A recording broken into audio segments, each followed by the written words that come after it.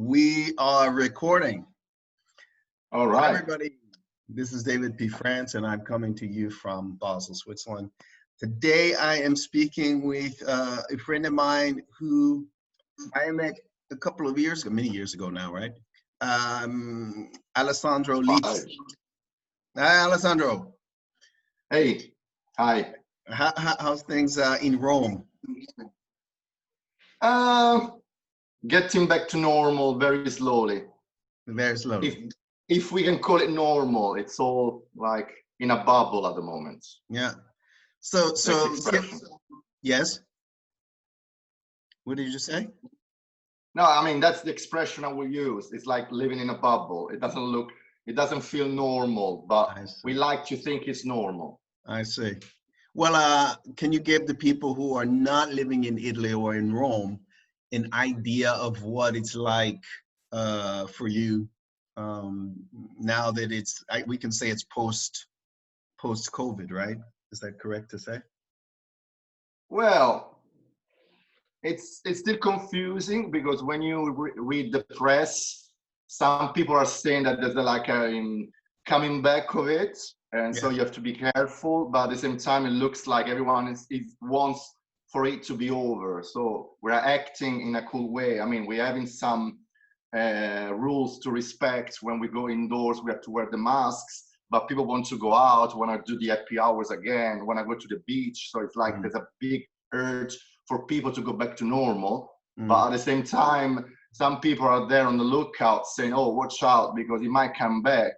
So we're not completely relaxed. And also a lot of activities are still on standby. Like I work in the yoga field and I can tell the studios are half empty. Most people are not going back. They're waiting till September to see what's happening. A lot of people are still working from home, doing what they call the smart working thing. So there's less traffic, which is good, but it's not like normal. It's a weird kind of normal. Yeah. And with regard to, let's say there's not a lot of traffic or you talk about in the yoga studio. It's normal traffic. It's not Roman traffic. It's normal traffic because we are used to have a chaotic life on the streets. As Italy tends to be. It's especially Rome. In Rome. Especially Rome because Rome is unique in his own way. So yeah. Now it's kind of. Well, not to get off the point. Well, how is Rome unique more so than any other? Well, because we have this incredible heritage, historical cultural heritage, which is a burden in the same way, because it's beautiful to have it, but it's very hard to handle because we are moving around in a modern city, a city that's supposed to be modern with so many antiquities, and the streets are very narrow in the center of Rome. We still have those kind of tiles, cobblestones, which we are not made for cars because they come from thousands of years. Yeah. So it's very hard for Rome to cope with modernity being so ancient. It's much easier for Los Angeles to be modern. But Rome is very tough because it comes from centuries and most of the structure of the city is the same. Yeah. So it's unique because when you are in Rome, you need to accept, these problems that come with the package of being a very old place. It's like when you go to Venice and you complain because there's water everywhere and you cannot drive the car. I'm like, it's Venice. Without that, it wouldn't be Venice. So it's important to accept and understand that if you want to have the Colosseum, 5 minutes away, then you have to put up with a lot of weird things that in other places maybe don't happen so often. Well, just to give everybody an idea, I met you. How many? It may have been like more than 8 years ago, right? How many years ago do you think? Possibly, 2012, 2010, something like this, right? Yeah, I think so. Yeah. Yeah, and as I was developing my photography, I asked Alessandro if he would be a model for me, and he agreed, and he's done fantastic work for me. And I think in the past you were a model, right? That's one of the jobs that you had early on, or that's what people were asking you to do? Yeah, I mean, I wasn't like a professional model Yeah. I wouldn't say that. I don't want to compare myself to those people. But yeah, I was doing on and off. I did some stuff when I was in my 20s, Yeah. did some pictures, and then people kept calling me for pictures because I like photography a lot. So rather than do catwalks when I was in my 20s, I started doing it more with photography, especially because I work as a yoga teacher. So I tend to look after my body as well, not just my soul. So I can do a lot of, nice pictures in nice, context. And yeah. So when you say look after your body as a yoga person, your body and your soul, I mean, like, when did you start to do yoga? And how did you know that the yoga was going to be something that, was it an innate thing that you realized, okay, I need to do that? Or did you research? How did it come about that you became a yoga person? Well, I moved to UK like 22 years ago because I was doing another job, which I'm still doing part-time as a cabin crew for an airline. Yeah. So I was in London around 25, 26 years of age there. And yoga was a big thing there. And there were a lot of celebrities doing it. And I'm like, oh, I want to know about it. And yeah, I started off as curiosity, and I've always been very independent. So rather than going to classes straight away, I bought some tapes. We used to have videotapes in those days. So I had those tapes from teachers from all over the world. I would just copy the positions. But for me, it wasn't like real yoga. I understood later that all I was doing was more the physical stuff.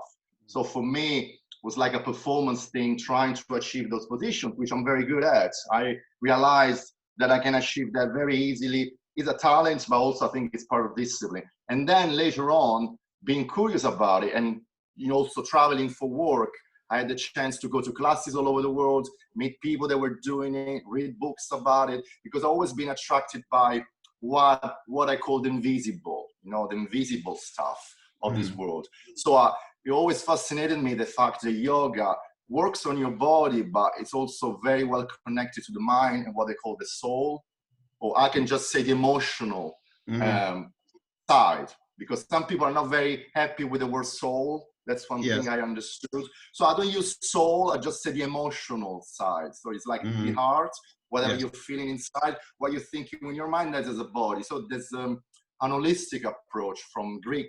Whole means, whole. So holistic means a discipline that basically it's looking at everything at the same time. When you do sports, most of the time you're just focused on the body, unless you have a very good coach that reminds you of the importance of the mind and also the way you feel when you're doing what you're doing. Unless you have that, it's very rare to find that kind of holistic approach in sports. But in yoga, it's been there all along. It's always been there because it comes from the Orient. So they have this philosophy where you cannot separate a person in different segments. Everything comes together. And that always fascinated me. So I started to read books, not only about yoga, I would say about anything that's about the invisible, self-help books, working on myself, trying to understand, my wounds as well, because everyone's got scars and wounds from their experiences. So I was trying to understand where my wounds were, try to heal them, and at the same time working on my body, and then understanding and achieving a position is not that bad if you understand all the works that requires, which is a work that you do in your mind and in your soul again, or in your heart. So if you achieve a position just for the sake of it, it's a very little work. But if you achieve a position and you're aware of the journey that takes you there, then you are doing a lot. So it's from this, from the outside, it might seem the same, but the journey inside could be very different from one to one, from one person to the other one. So I studied all of that, and then I progressed into nutrition, studied nutrition as well. I became a nutritionist for a while, always with a natural approach. So I was doing this course online with London, and I was back in Italy, living back in Italy again. And then I was, it was like a progression. When you study loving yourself, then you want to love the environment, and then you want to know more about what you eat. You want to know more about I don't know, whatever you put on your body, the essence that you use on your skin. You want to know everything. It's, I don't know. It's part of, it's like the microcosm when it meets the, you know, I understand. the micro. So you mentioned, there are a couple of things you mentioned though, that are, you talked about the things you cannot see.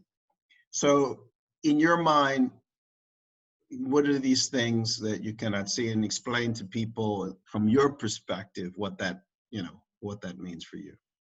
Well, what it means for me, there's a famous book, I don't know if you heard of it, called The Little Prince, from we know Antoine Little de Prince. Saint-Exupéry. And there's this famous sentence when they say the essential, what is essential is invisible to the eye, which is my motto, yeah? That's your motto. I'm thinking, yeah, it's true.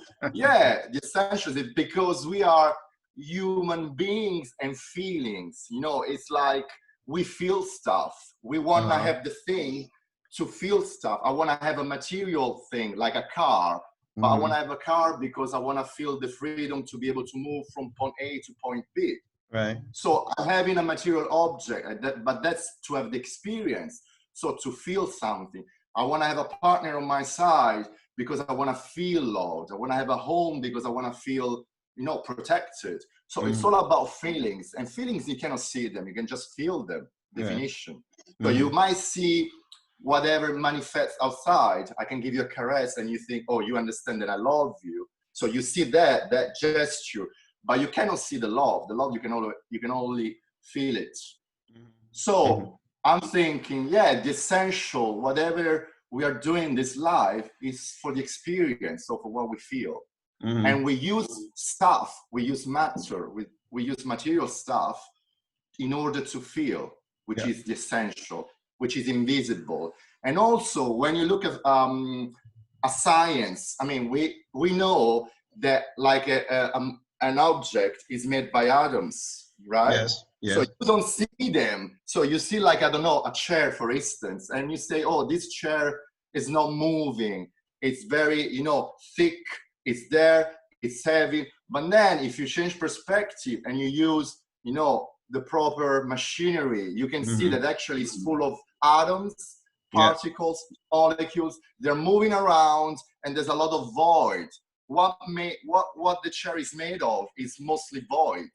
Right. That's science, yeah. Science. So basically, physics. Sorry. So basically, it's incredible because you can sit on a chair, you can carry the chair over you, but then that thing that basically supports you when you sit down is made of void. It's made of energy. So from one perspective, it's there, it's stable, it's not moving. But from the other perspective, there's a lot of movement around it, energy. And this energy goes so fast, or maybe so slow, depending on the point of view, that actually materializes. It becomes something that you can touch. But that's an illusion, because the essential, what the chair is made of, is actually movement. It's actually energy. So it's invisible, and it's incredible. So all this esoterical talking finds, you know, a lot of answers in actually science. And that's life. Something I'm seeing a person. There's I see the body, I see the way they're dressed, the way they appear. But I know there's something moving inside of them. They have thoughts, they have feelings. So there's, like in the chair, there's a lot of movement. But that movement is determined by the way they think, the way they feel, because these are alive people. They're not talking like objects. So the same person is very different. So you get close to someone with a different energy and you feel it in a different way, and then you go to someone else. So that's so fascinating. I mean, and that's life. That's life, because to go back to what I said initially, it's all about feelings and experiencing. So that's one thing I was always aware of, even when I was a kid. So my whole life was about exploring this truth. And do you think that you talked about loving oneself? Was there a time that you tell me, was there a time that you didn't love yourself, and that yoga was a way to get to love yourself, or you use that in a sort of a euphemistic general way of loving oneself? And why is that important to you? I wouldn't from your say perspective? yoga was the answer to everything. Yoga was one of the many things, because it's always how you do the things, not what you do. I know a lot of people that do all these spiritual things and they're messed up anyway.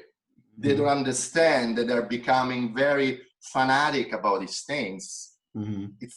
So they are basically driven by their ego. So they do a lot of nice stuff, but it's not very helping them because they're not doing it in the right way. So for me, it's not because I'm doing yoga, it means that I'm learning to love myself, to be good. It's the other way around. Since I'm loving myself for some reason, then I decide to do things that help me and treat me well. So I'm deciding to go out with people I like, not just because I feel lonely. I decide to do the discipline I want to like, which could be doing yoga, but could be going biking, could be going to the gym or whatever. I decide to eat nice food. I decide to enrich my mind. So I want to read a nice book. I don't want to be sitting on the sofa all day or thinking of my body only. I want to think of my, education. I want to think about my knowledge as well. So I want to read as well. So I would say, since I started to love myself, I started doing all these things, not the other way around. But then when you do all these things, they kind of feed you back. I mean, they help you as well. Yes. So it's like a two-way thing. I'm doing this because I feel this way, but that thing makes me feel even better. So it's like a circle. Yeah. But it doesn't mean that I love myself every single day of my life. I mean, I don't love myself every single day. I mean, I'm on the way. I love myself much more now than I used to 20 years ago. But there are some days when I wake up, I'm like, why did I do that? I don't love myself. But I mean, loving yourself, it means that you love the fact that you don't love yourself all the time.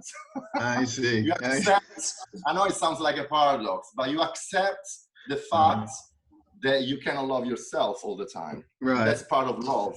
No. It's unconditional love. I'm not loving me because I'm perfect. I'm loving me because it's the right thing to do. It's the right thing to do if you're trying to be successful in life, I think, right?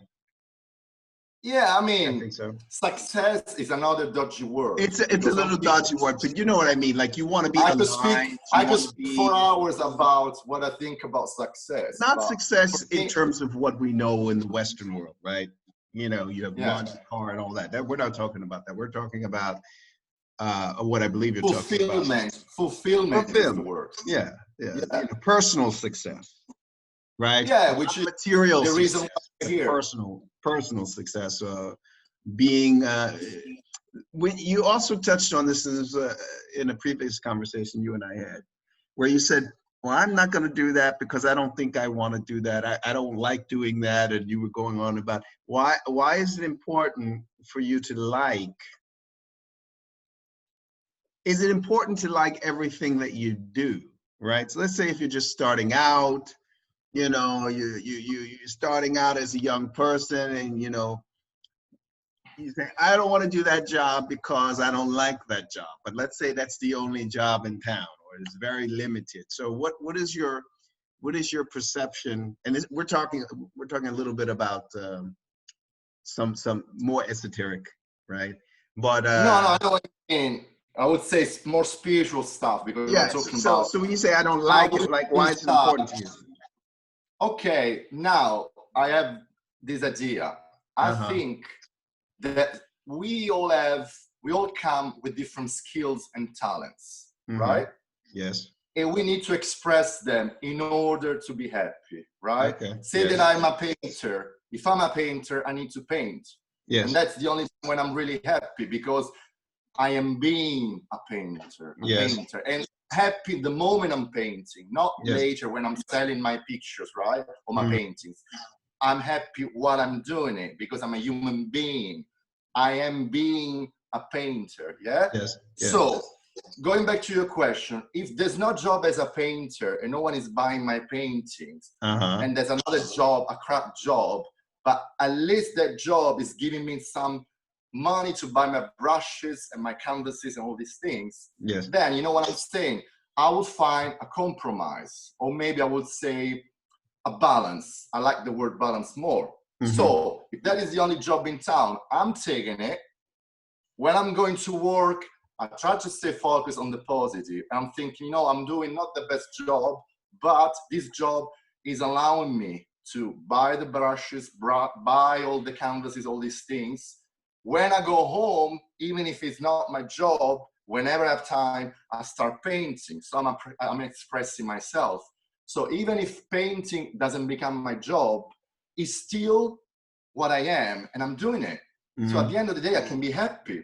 So this is what I'm thinking. Life is most of the time like that. Some people want to be a dancer, some people want to be a singer, and they always think of the end result. Like, I'm selling records, I'm selling paintings, I'm selling whatever, cakes if I'm a chef or whatever.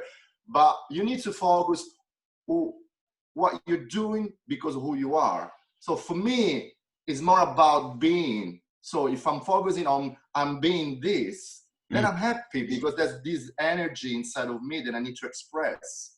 So if I express through painting, I need to be painting. And then if I don't sell it, that's not the main thing. Right. And then if I sell it, it's even better. But you see, sometimes if that it becomes your job, it's very easy, it's very likely that you become enslaved by it, because then you need to perform every single day an exact amount of things because you need to sell them. People depend on you. Someone else is above you and is paying you. Like if you're a singer, there's so many cases in history of singers that they got disconnected from their labels, because they didn't like them anymore, because they were like, oh, we have so much pressure. I'm an artist. I cannot create stuff when you tell me. I need to create it when I feel it. So that's another side that you need to be aware. Sometimes when it becomes a job, it's not necessarily bringing you happiness, because there's another, mechanism that gets involved. And I'm not saying you don't want that as a job. I'm just saying if you stay focused on the being part, that's the main thing. I am being a singer. I am being a dancer, or I am painting. That's the main thing. Then if it becomes a job and you can actually manage that, handle that carefully without being, enslaved by the mechanism, then it's fine. But at the end of the day, you can be happy. You can be happy just being that, even if you're doing something else. That's my philosophy. As long as you find some time off or whatever. So it's always about compromise. Of course, if you do a job that takes you away 12 hours a day, when you go back home, maybe you don't have time or you don't have any strength to do whatever you want to do. So it's important that you keep focused on what you really like and what you want to be doing, and understand that even if it doesn't become your job, if you have some time, you can still do it and be happy because you're expressing yourself. Okay. Well, to go back to yoga, thank you for the explanation for this. To get back to yoga, though, let's go back. What particular type of yoga do you offer or do you teach to the people? Well, I usually do vinyasa yoga, which is like a dynamic form of yoga. So we use sequences. So we flow from one asana, one position, into the other one in like a flowy manner. So we use the breath a lot, and it becomes like a kind of dance. So we move from one position to the other, and it's very challenging because I personally change the class every single time. So every time you're coming from a different position into another different position. So you never adapt completely mentally. So you're always challenged to listen to what the teacher is telling you, because you don't know what's going to say, what is going to say. And also it could be very tiring because you're moving a lot, you're sweating a lot. So there's a lot of cardio involved, a lot of concentration, doing all these balance positions. I mean, very similar to any other kind of yoga, but the thing is you're doing everything following a sequence. So that brings out a lot of challenge. And I remember when you started the practice, this is a couple of years ago, you were trying to find a studio to be associated with. Isn't this correct?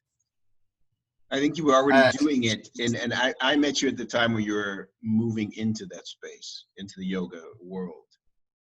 Well, How did you make that jump? How did you did take the classes and so on, but in terms of getting into a studio and getting people to follow and that sort of thing?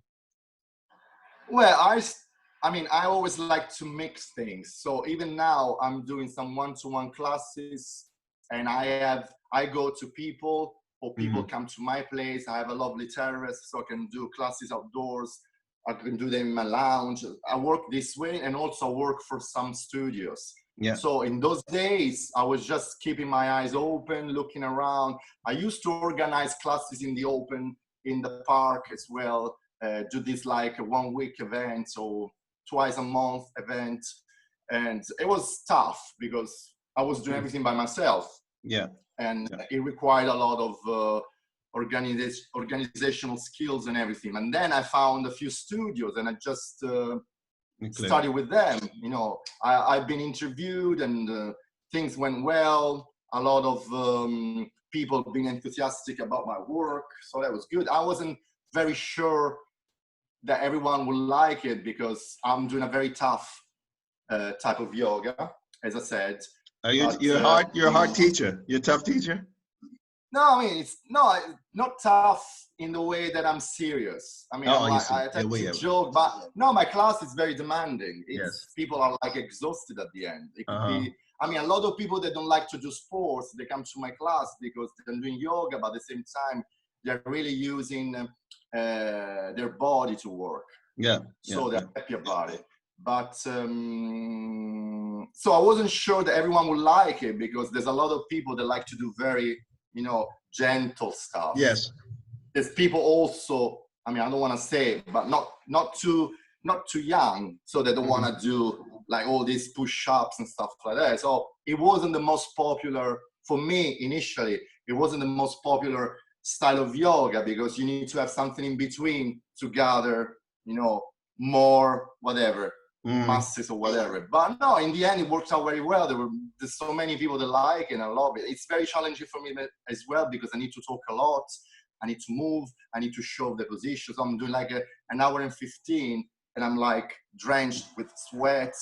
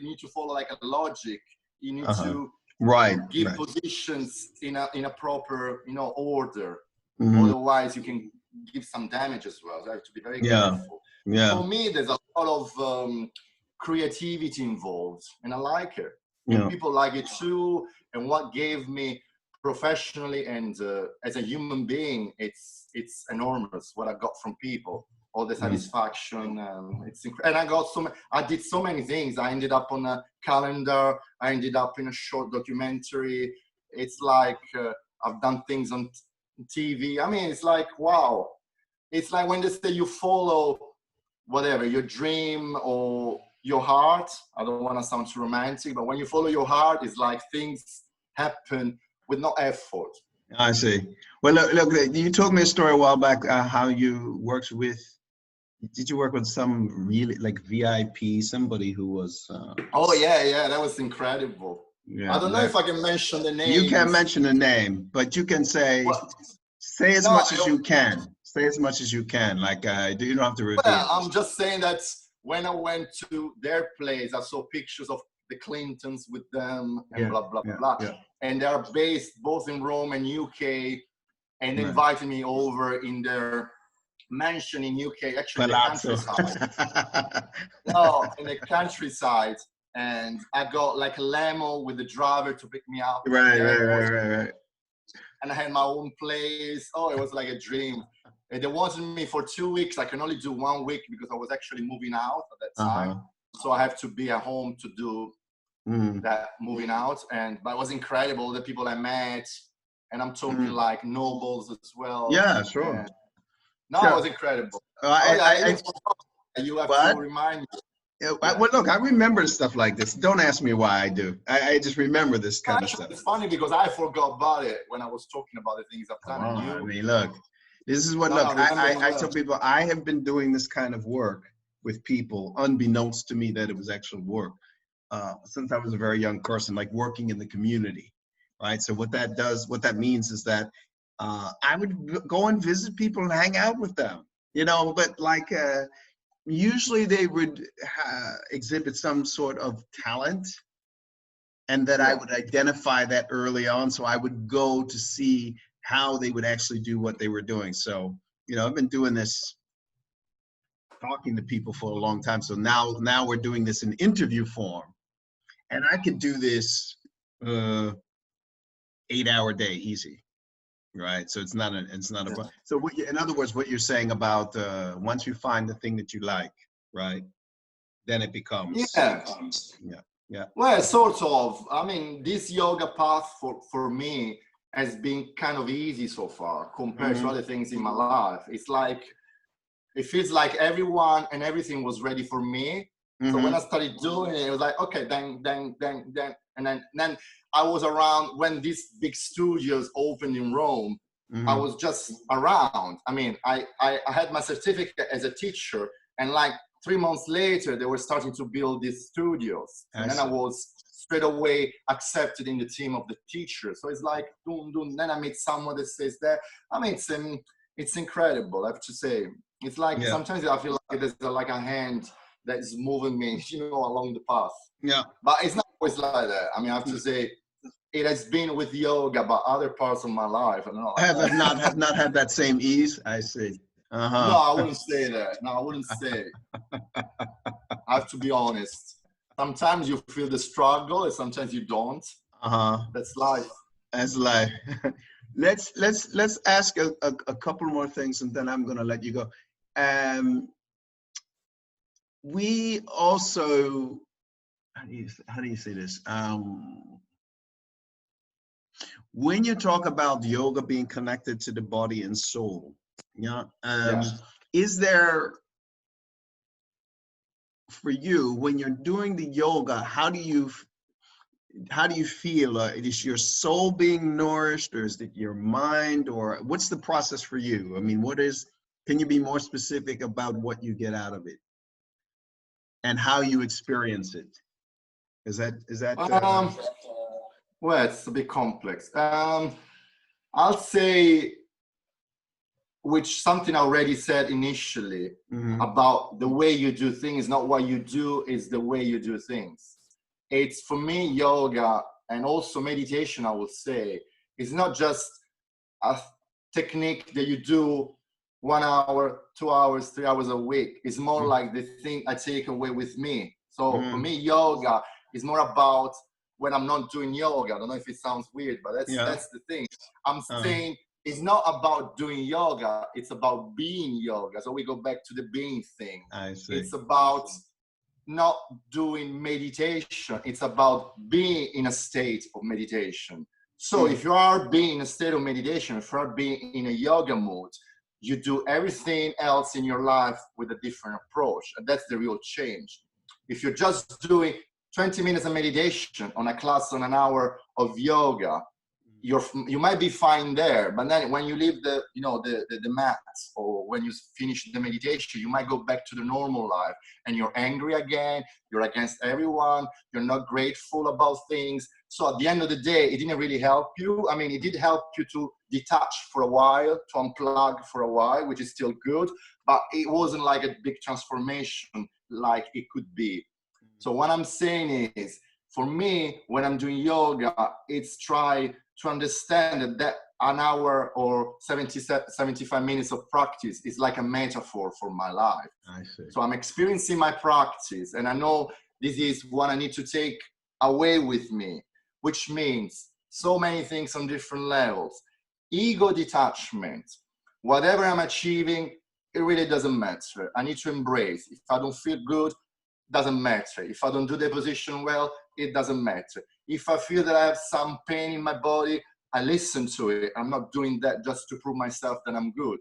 I don't have to prove that. I already know it.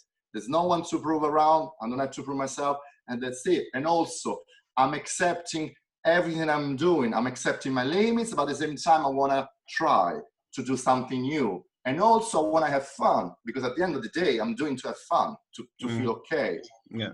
So when I'm practicing, I'm doing this all in my mind, which is nourishing my soul at the same time. And then I'm thinking, you see, this attitude, I want to take it with me for the rest of the day, because that's the thing. So I'm thinking, this is the metaphor. And also, I always teach my students that when we're doing like the balancing exercises, when you're relaxing, then you can do it. When you're afraid to fall, then you start, shaking. So I'm like, you see, this is a metaphor again. I always say, don't be afraid to fall as long as you pick yourself up again, or as long as you go back on where you were.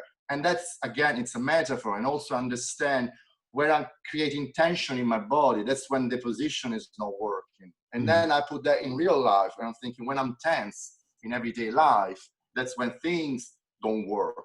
Because I'm not flowing anymore. So it's like the practice I'm doing in real life really become like a mirror to each other. That's the way I practice. That's the message I want to send. Okay.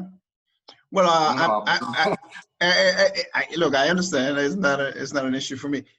I'm not going to keep you longer. But is there anything you'd like to say in closing? Let's say where you practice, how to get in touch with you, or any information.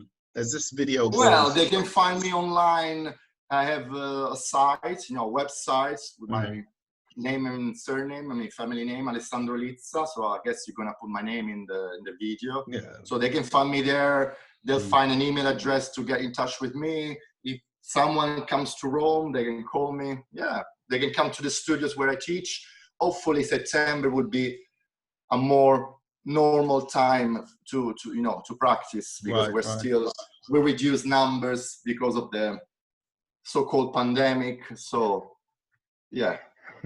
And touch me. I mean, I have a Facebook page. Yeah. You'll find me if they want to find me. We make sure we put it in. And then this is the last thing I was going to say. With regard to, you talked about the pandemic. You talked about this. I think that is it. I had it in my head, but it actually, I cannot. It's gone. It's gone, yeah. But thank you very much for your time, Alessandro. And you. Oh, this is the question.